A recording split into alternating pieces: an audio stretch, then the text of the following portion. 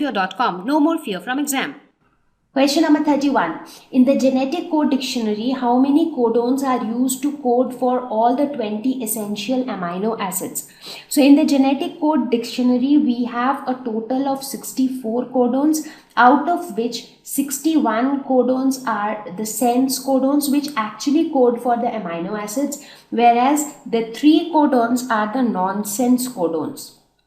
So basically, there are 61 codons which actually code for the 20 essential amino acids. Now, one important thing that you can remember here is one codon always codes for one amino acid, but one amino acid can be coded by multiple codons. Like as you saw just now, an amino acid alanine is coded by 4 different codons like GCG, GCA, GCC, GCU.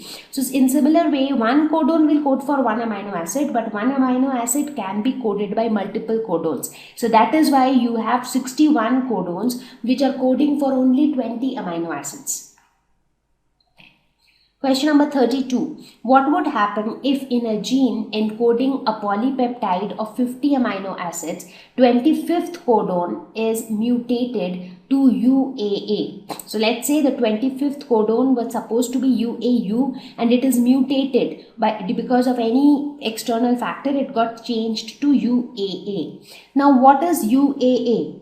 So this UAA codon codes for the stop codon. So the moment you reach at UAA, it gives you stop. So that means the polypeptide chain will not grow any further after that point.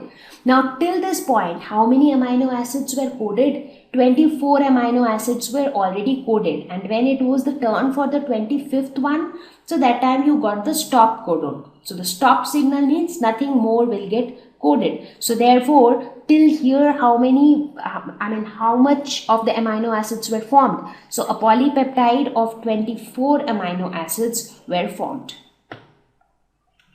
Question number 33. In a DNA, percentage of thymine is 20. What is the percentage of guanine?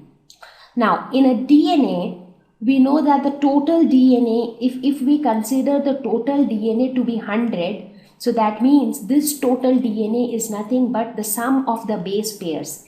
Adenine plus thymine plus cytosine plus guanine, this is equal to 100. This is what we basically means. Now, as per the concept of base pairing, we know that adenine always pairs up with thymine and cytosine always pairs up with guanine. And we also know that the percentage, and therefore the percentage of adenine is always equal to the percentage of thymine. Similarly, percentage of cytosine is equal to percentage of guanine, because wherever you have an adenine, you have a corresponding thymine. Similarly, wherever you have a cytosine, you have a corresponding guanine.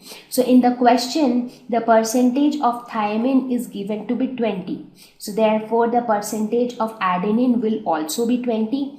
Now what about cytosine and guanine? We do not know them. So let us assume that the percentage of cytosine and guanine is equal to X. So therefore A plus T, that is 20 plus 20, plus C plus G, that is X plus X, is equal to 100. So this is 40 plus 2X is equal to 100, or 2X is equal to 100 minus 40. So X is equal to 60 divided by 2, which is 30. So therefore the percentage of guanine is 30%. Question number 34. In DNA, when A, G, C, T occurs, their association is as per which of the following pair? So basically it is talking about the base pairing rule, which says that adenine will always be with thymine and guanine will always be with cytosine. So this is the right option. Question number 35. If the sequence of bases in DNA is A, T, T, C, G, A, T, G, then the sequence of bases in its transcript will be. So in its what is transcription? Transcription is basically DNA to mRNA. So what would be the complementary sequence for this in case of RNA? So in DNA, this is the sequence. So what would be its complementary sequence in RNA? So A pairs up with U, T pairs up with A, T with A, C with G, G with C, A with U, T with A, G with C. So this would be the corresponding transcript. That is UAA, GC, UAC.